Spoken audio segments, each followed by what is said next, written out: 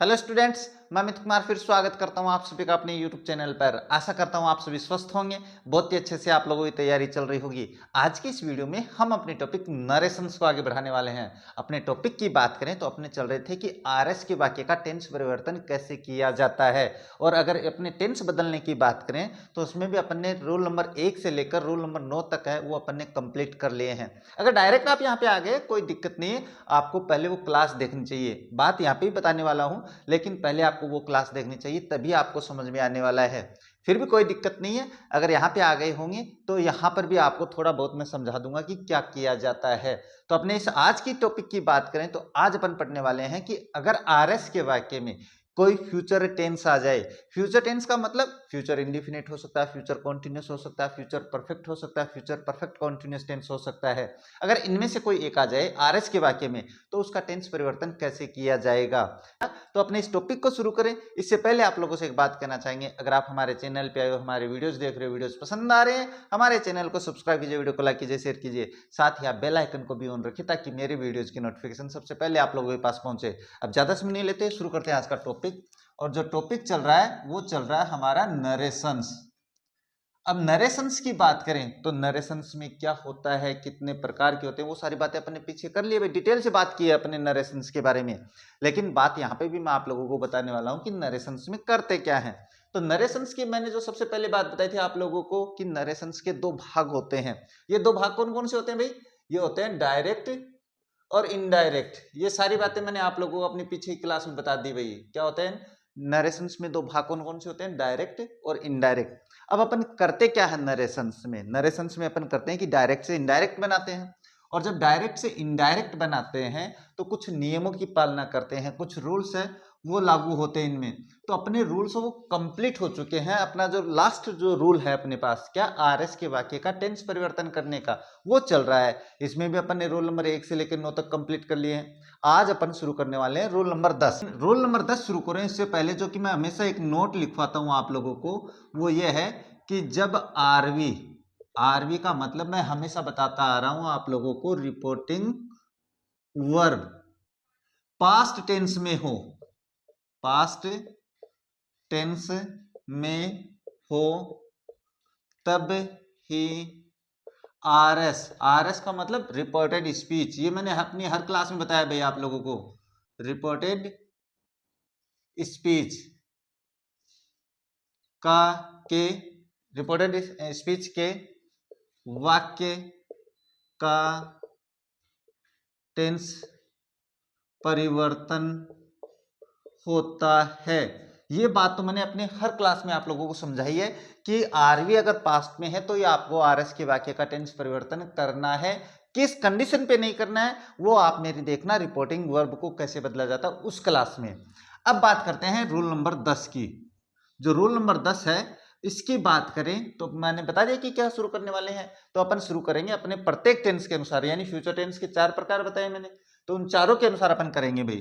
तो सबसे पहले बात करते हैं, अगर आरएस के वाक्य में कोई भी फ्यूचर टेंस आया हो, कोई भी फ्यूचर टेंस, अब ये कोई भी क्यों लिखा है मैंने ये भी मैं समझाने वाला हूं।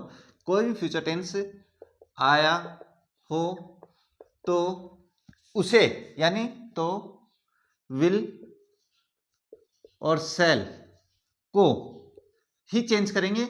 आपको वुड ओब्लिक शुड में ही बदलना है।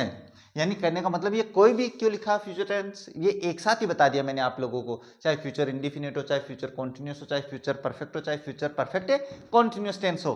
क्यों? क्योंकि अपने पास कंप्लीट, अगर आप लोगों ने मेरी फ्यूचर टेंस की क्लास देखी है, कौन सी फ्यूचर टेंस की क्लास देखी है, तो उसमें मैंने बताया कि कंप्लीट फ्यूचर टेंस में आपके पास दो ही हेल्पिंग वर्ब होती है, वो होती है विल और सेल। चाहे आप फ्यूचर इंडिफिनिट में आ जाओ, चाहे फ्यूचर कॉन्टिन्यूस में आ जाओ, परफेक्ट में आ जाओ, परफेक्ट कॉन्टिन्यूस में आ जाओ, विल या सेल ही आपके पास क्या होती है? हेल्पिंग वर्ब होती है। तो बस इन दोनों को अपन क्या करते हैं, विल को वुड में चेंज कर देते हैं, शुड, सेल को शुड में चेंज कर देते हैं। अब इसी में अपन क्या है एग्जांपल समझ लेंगे, चाहे फ्यूचर इंडिफिनिट हो, कॉन्टिन्यूस हो, परफेक्ट कॉन्टिन्यूस हो। इसमें सबसे पहले मैं आप लोगों को समझाऊं तो जैसे एक एग्जांपल लिखा मैंने डायरेक्ट का, ही सेड टू मी, ये कह दिया। जैसे आई शैल कम टू यू टुमारो, और वाक्य को कर दिया मैंने एक बिल्कुल सिंपल सा वाक्य लिखा है, क्योंकि मैं सिंपल वाक्य से अपनी क्लास को शुरू करता हूं। ये इसलिए करता हूं ताकि आपको समझ में आ जाए कोई। अब यहां पे बात करें कि टेंस कौन सा है, तो शैल आया है, यानी फ्यूचर, शैल के साथ वर्ब की फर्स्ट फॉर्म है, फ्यूचर इंडेफिनिट है। तो अपन इसमें क्या करेंगे, बाकी तो चेंज करना ही नहीं है आपको, तो केवल शैल को शुड में चेंज करना है। लेकिन यहां पे भी मैं आपको एक बात बताने वाला हूं, बड़ी इंपॉर्टेंट, ध्यान से समझना। इनडायरेक्ट वाक्य बनाऊंगा तो सबसे पहले तो अपन आरवी को बदलते हैं, ये तो मैंने आरवी की क्लास में समझा रखा आप लोगों को। तो क्या हो जाएगा, ही टोल्ड मी। अब ये टोल्ड मी क्यों बदला है भाई, इसके लिए क्लास देख लेना।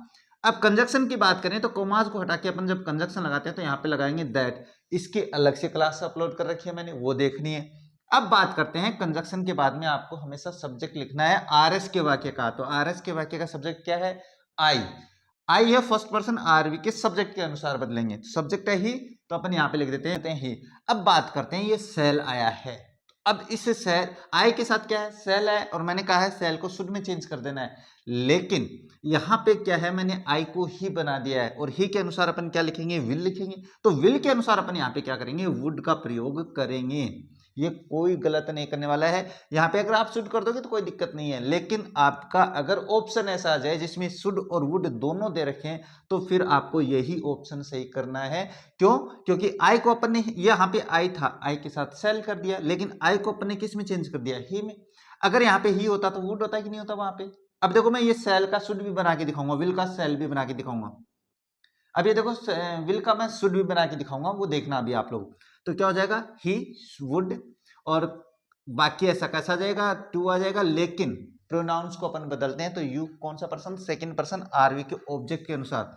अब यू यहाँ पे क्या है, सेकंड पर्सन ऑब्जेक्ट, तो अपन इसका भी ऑब्जेक्ट बनाएंगे। तो ये पहले से ऑब्जेक्ट दिया हो, तो यहाँ पे अपन क्या कर देंगे, ऑब्जेक्ट का, ये ऑब्जेक्ट है तो ऑब्जेक्ट का ऑब्जेक्ट लिख देंगे।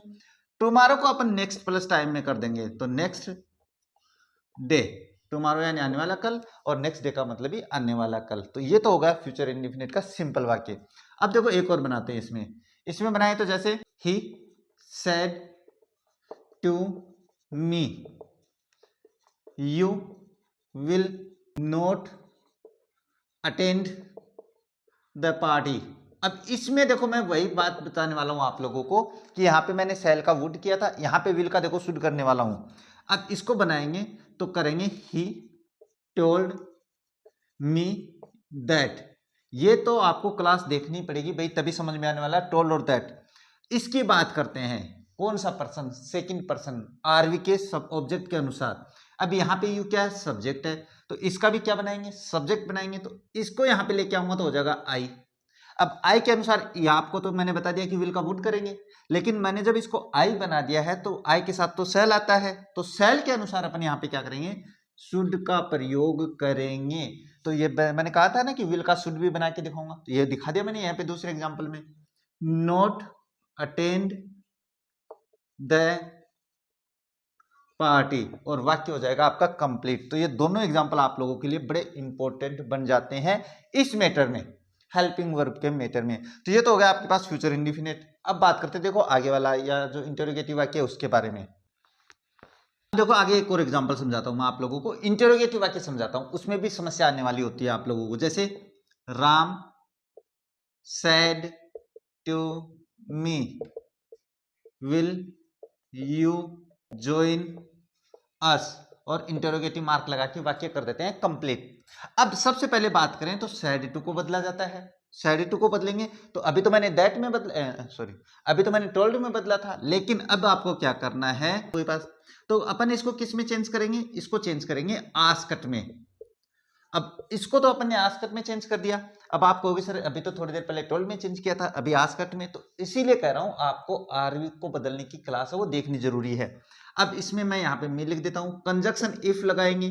थोड़ी देर पहले मैंने दैट कंजक्शन लगाया था, यहाँ पे इफ है, तो वो क्लास आपको देखनी है कंजक्शन से बदलने की। अब कंजक्शन के बाद में आपको हमेशा सब्जेक्ट लिखना होता है आरएस के वाक्य का। सब्जेक्ट क्या है, यू, कौन सा पर्सन, आरवी के सेकंड पर्सन, ये सेकंड पर्सन है यू, मैंने सारणी बता रखी है आरवी के ऑब्जेक्ट के अनुसार। यू यहाँ पे सब्जेक्ट है, तो इसका भी अपन सब्जेक्ट बनाएंगे, तो क्या हो जाएगा आई। अभी थोड़ी देर पहले मैंने बताया, अगर मैंने इसको आई बना दिया तो यहाँ पे विल के अनुसार नहीं, यहाँ पे आई के अनुसार इसका सेल का शुड करेंगे, तो यहाँ पे हो जाएगा शुड। और ज्वाइन और अस को आपको देम में ही चेंज करना है, ये मैंने अपनी क्लास में बता रखा है, देम। और फुल स्टॉप इंटरोगेटिव मार्क हटा देंगे और फुल स्टॉप लगाकर वाक्य को कंप्लीट कर देंगे। ये हो जाता है आपके पास interrogative.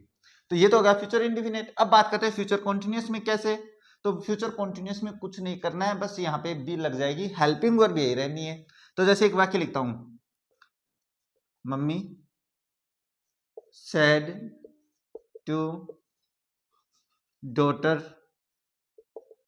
I shall be waiting for you, और वाक्य कर दिया मैंने कंप्लीट। यानी कहने का मतलब है ये देखो, हेल्पिंग वर्ब तो यही रही है आप लोगों के पास, बस इसमें मैंने बी जोड़कर वर्ब की फर्स्ट फॉर्म प्लस आईएनजी कर दी है। फ्यूचर कॉन्टिन्यूअस टेंस मैंने पढ़ाया हुआ है आप लोगों को, वहां पे देख लेना। अब इसको चेंज करेंगे तो सबसे पहले सैड टू को चेंज करेंगे, और सैड टू को चेंज करेंगे तो क्या हो जाएगा, अगर आरएस का वाक्य सिंपल है तो इसको अपन टोल्ड में चेंज करेंगे, और ढंग से समझना है तो आप आरवी को बदलने की क्लास देख लेना भाई। तो हो जाएगा डॉटर, और कंजक्शन हो जाएगा दैट। कंजक्शन के बाद में फर्स्ट पर्सन सब्जेक्ट लिखेंगे, तो फर्स्ट पर्सन आरवी के सब्जेक्ट के अनुसार सी हो जाएगा। मैंने आपको पर्सन्स बदलने की क्लास में समझा रखा है यहाँ पे सी। अब यहाँ पे तो मैंने सी किया है, यहाँ पे आपके पास क्या सेल आ रखा है, इसको जब अपन ने सी में चेंज कर दिया तो इसका हो जाएगा वुड बी वेटिंग फॉर, और यू सेकंड पर्सन ऑब्जेक्ट है यू यहाँ पे, तो फिर अपने डॉटर के अनुसार आरवी के ऑब्जेक्ट के अनुसार तो हो जाएगा हर, और वाक्य हो जाएगा कंप्लीट। तो ये हो गया आपके पास फ्यूचर कॉन्टिन्यूअस टेंस। तो इस तरीके से आपको फ्यूचर कॉन्टिन्यूअस टेंस को भी बदल देना है। अब इसके बारे में एक इंटेरोगेटिव और बना देते हैं फ्यूचर कॉन्टिन्यूअस का, वो बनाए तो teacher said to students will you be doing your homework, और वाक्य को इंटरोगेटिव मार्क लगा के मैंने कर दिया कंप्लीट। अब देखो इसको चेंज करेंगे, वाक्य इंटरोगेटिव कैसे है, हेल्पिंग वर्ब से शुरू हो रखा, बी आ रखी है, वर्ब की फर्स्ट फॉर्म प्लस आईएनजी, यानी फ्यूचर कॉन्टिन्यूअस टेंस का इंटरोगेटिव वाक्य। इसको बनाएंगे तो क्या लिखूंगा मैं यहाँ पे, टीचर आस्क्ड स्टूडेंट्स। अब यहाँ पे इफ कंजक्शन का प्रयोग करूंगा, जो करूंगा कंजक्शंस की क्लास में देखना, यू सेकंड पर्सन आरवी के ऑब्जेक्ट के अनुसार, यू यहाँ पे सब्जेक्ट है तो स्टूडेंट्स का भी सब्जेक्ट लिखेंगे, तो स्टूडेंट्स बहुवचन है तो बहुवचन आपके पास थर्ड पर्सन एक ही है, वो है दे। अब यहाँ पे दे के साथ विल का वुड ही रहेगा, क्यों रहेगा, क्योंकि यहाँ पे थर्ड पर्सन है, यहाँ पे भी विल है, इसका वुड का वुड रखेंगे। और यहाँ पे बी और डूइंग योर को अपन देयर में चेंज कर देंगे, और होमवर्क, और वाक्य हो जाएगा आपका कंप्लीट, फुल स्टॉप मार्क लगा देंगे, इंटरोगेटिव मार्क हट जाएगा। तो ये हो जाता है आपके पास फ्यूचर कॉन्टिन्यूअस टेंस। अब इसके बाद में आपने पढ़ते हैं फ्यूचर परफेक्ट टेंस का एक वाक्य। तो जैसे फ्यूचर परफेक्ट का एक सिंपल सा वाक्य यहाँ पे बना देते हैं, यहाँ पे बताएं तो जैसे father father said to son I shall have retired next month, और फुल स्टॉप लगा के वाक्य को कर देंगे कंप्लीट। एक सिंपल सा वाक्य लिखा है। अब यहाँ पे भी आपको क्या है कि हेल्पिंग वर्ब तो सेल ही है आप लोगों के पास, ये वाक्य तो अपने पास क्या है, इसकी सहायक क्रिया के रूप में काम में लेते हैं। ये मैंने अपनी टेंस में समझा रखा आप लोगों को कि यहाँ पे हैव क्यों आया है।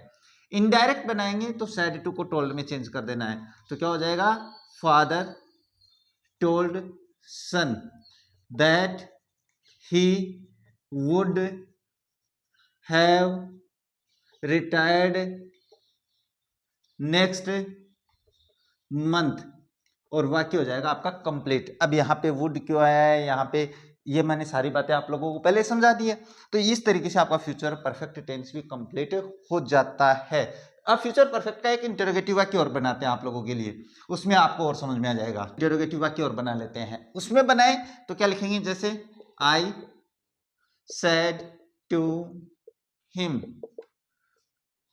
Will you have done your work और इंटरोगेटिव मार्क लगा के वाक्य कर देंगे कंप्लीट। अब इसमें अपन क्या बनाएंगे, सबसे पहले इसको बनाएंगे, इसको चेंज करेंगे। तो इसको चेंज करेंगे तो मैं यहाँ पे कर दूंगा इसको आस्कट में चेंज, आई आस्कट हिम। कंजक्शन में इफ लगाऊंगा, वेदर भी बताया हुआ मेरा, लेकिन वो कंजक्शन की क्लास में देखना आप लोग। सेकंड पर्सन आरवी के ऑब्जेक्ट के अनुसार सब्जेक्ट लिखेंगे कंजक्शन के बाद में। तो यहाँ पे ही, यहाँ पे यूज सब्जेक्ट है तो इसका भी सब्जेक्ट बनाएंगे तो क्या हो जाएगा ही।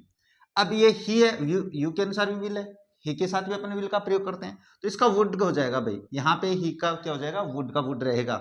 हैव और डन योवर है तो यहाँ पे ही में चेंज किया है योवर को, तो यहाँ पे हिज कर देंगे भाई, हिज वर्क, और वाक्य हो जाएगा आपका कंप्लीट, फुल स्टॉप मार्कर लगा देंगे।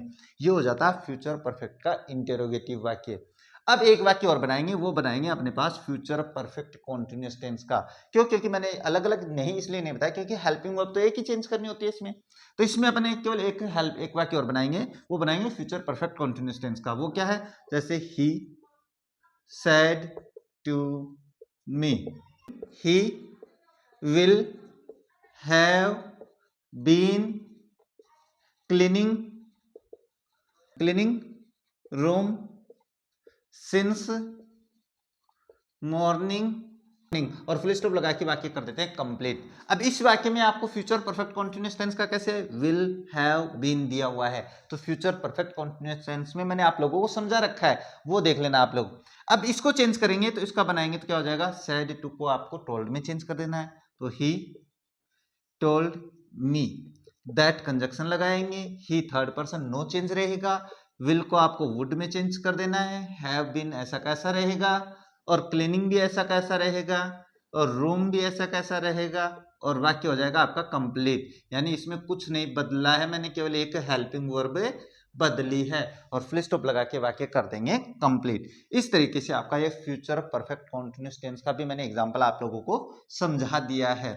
और इस तरीके से इसे जो रूल नंबर 10 है, इसमें अपने फ्यूचर टेंस कंप्लीट पढ़ लिया है, फ्यूचर इंडिफिनिट भी हो गया, फ्यूचर कॉन्टिन्यूअस भी हो गया, फ्यूचर परफेक्ट भी हो गया, फ्यूचर परफेक्ट कॉन्टिन्यूअस टेंस भी कंप्लीट हो गया है। और यहाँ पर आपके पास जो आरएस के वाक्य के टेंस बदलने के नियम है वो अपन ने कंप्लीट कर लिए हैं।